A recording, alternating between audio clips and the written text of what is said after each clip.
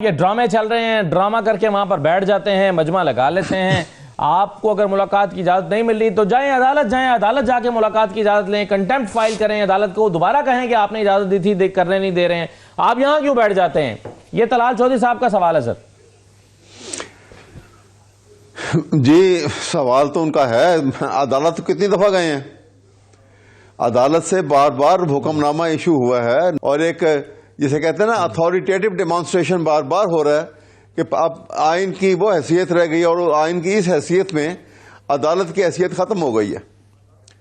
ورنہ article 189 article 190 کے supreme court کا کوئی حکم نامہ ہو جائے عدالت کا تو وہ سارے اداروں کے لیے لازم ہے اس پہ عمل درآمد کرنا. لیکن یہاں پہ صورتحال بالکل مختلف ہو چکی ہے. اب یہ ڈسپوٹک رول ہے یہاں پر. اب یہاں پر ڈیموکریسی کی اور رول آف لا والی بات تو ختم ہو گئی. احمد اویس صاحب یہ سمجھا دیں کہ جیسا کہ بار بار یہ ذکر ہو رہا ہے کہ یہ جیل سپرنٹینڈنٹ کا اختیار ہے کہ وہ چاہیں تو ملاقات کرائیں چاہے تو ملاقات نہ کرائیں. کیا عدالتی حکم آنے کے بعد بھی یہ ان کا اختیار ہی رہتا ہے؟ یعنی عدالت کے آرڈر کے بعد بھی تو وہ کہہ سکتے ہیں کہ ٹھیک ہے آپ کا آرڈر آ گیا لیکن میرا اختیار الٹیمیٹ ہے، میں چاہوں تو کراؤں چاہوں تو پہلی تو بات تو یہ ہے کہ یہ کہیں نہیں لکھا ہوا کہ جیل کے سپرنٹینڈنٹ کا اتنا اس کو ڈسکریشن ملی ہوئی ہے کہ وہ چاہے تو ملاقات کرائے اور چاہے تو نہ کرائے. جیل مینول بنا ہوا ہے، باقاعدہ ایک قانون سازی ہوئی ہے، اس میں جیل مینول ہے اور اس میں باقاعدہ طور کے اوپر کوئی رکاوٹ نہیں دی جا سکتی. وہ دن مقرر ہیں ہفتے میں ملاقات عزیز و اقارب کی بھی، وکلاء کی بھی اور دوست احباب کی ملاقات جو ہے وہ ہو سکتی ہے اور یہ جیل مینول میں باقاعدہ درج ہے. ہر چیز کو ڈیفائی کر رہے ہیں. جنہوں نے آئین کو توڑ دیا، آئین کی حیثیت کوئی نہ رکھی، تو جیل مینول کی کیا حیثیت ہے ان کے آگے؟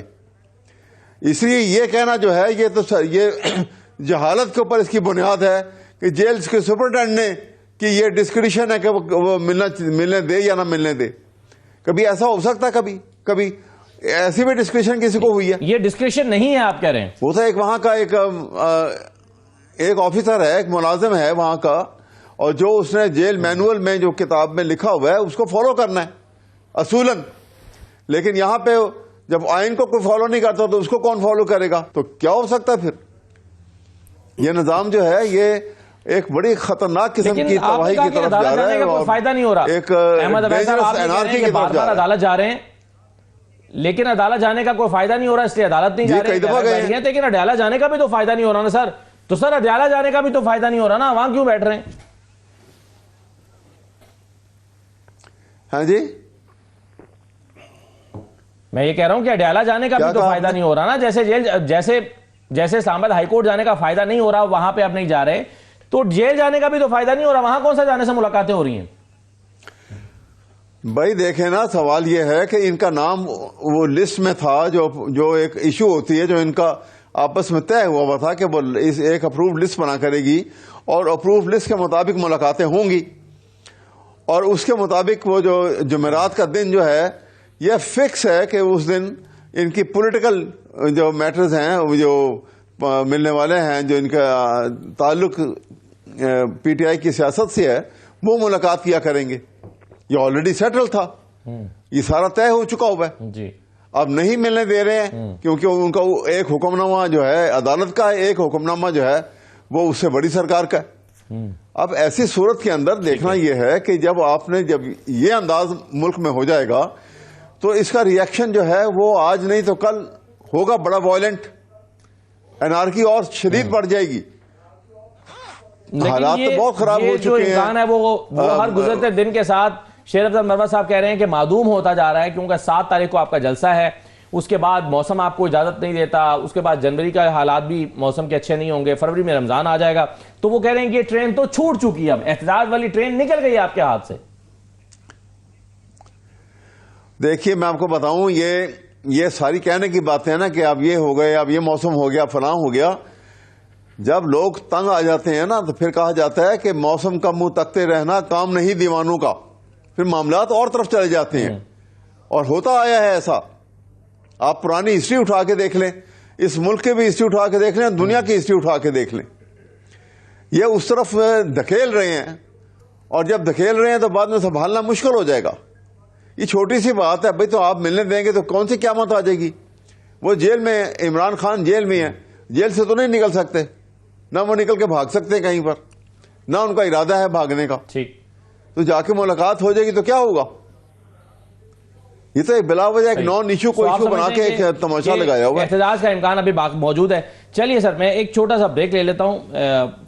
آج بار بار اب چیف منسٹر جو ہیں وہ 5300 ارب روپے کی کرپشن کی بات کر رہے ہیں، اور وہ کہہ رہے ہیں کہ یہ حکومت، لوگوں ان سے پوچھو، حکومت سے پوچھو گے تو تمہارے 5300 ارب روپے کہاں کھا گئے، انہوں نے اس کا کیا کیا، ہمارے پیسے تو دے نہیں رہے جو روپے کا حق بنتا ہے. تو ان سوالوں کا جواب بھی لیتے ہیں، ایک چھوٹے سے بریک کے بعد واپس آتے ہیں.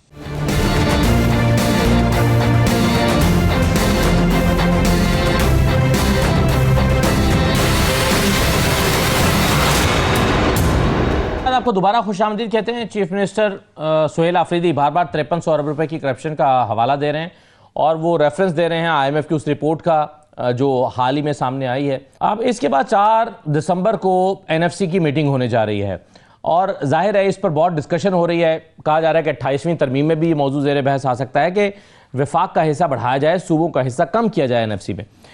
ان حالات میں آپ کو اس بات کا مروہ صاحب کتنا امکان دکھائی دیتا ہے کہ صوبے اپنا شیئر چھوڑنے کے لیے تیار ہوں، اور وفاق کا جو ایک مطالبہ ہے کہ اس کے پاس کچھ بچتا ہی نہیں ہے، کیسے ہوگا؟ میرا خیال ہے کہ پاکستان کے تمام سیاسی اکابرین کو اس ملک کے مسائل کا ادراک کرنے کے لیے اب ریئلسٹکلی سوچنا ہوگا. ریٹوریکل سٹیٹمنٹ، تقاریر، صوبائی خود مختاری، ٹھیک ہے خود مختاری پہ کمپرومائز نہ ہو، لیکن فائنینشیل ریسورسز کی ڈسٹریبیوشن کا کم ہی تعلق ہے صوبائی خود مختاری سے. دیکھیں ایک چیز حقیقت ہے، چاہے خان صاحب کی حکومت تھی، چاہے اب موجودہ میاں شہباز شریف صاحب کی حکومت ہے، چاہے کسی بھی دور میں ہو، 1 جولائی کا آغاز جو ہے ہماری گورننس کا جب ہوتا ہے قرضے کے پیسے سے ہوتا ہے. اور یہ جناب علی آئندہ سال کے بجٹ کے آخری دن تک خسارے کا بجٹ ہمیشہ، خسارے کا بجٹ، قرضوں پہ سارا کاروبار چل رہا ہے. یہ مرکز کی صورتحال ہے، گرچہ مرکز نے چند ایسے شعبوں میں جہاں پہ یہ ریونیو زیادہ جنریٹ کر سکتا ہے، لیکن میرا خیال ہے یہ نااہلی ہوگی وزراء کی.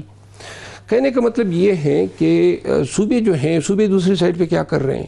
اب میں آپ کو صرف KP کی مثال دوں.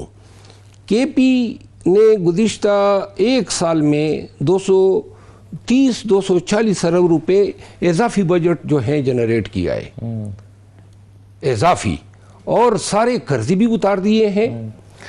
اور صوبے آگے کیا کر رہے ہیں، پنجاب کی مثال لے لیں، وہ وہاں پہ ایئر لائن خرید رہے ہیں، موٹر ویز بنا رہے ہیں، شہروں کی بیوٹیفیکیشن کر رہے ہیں.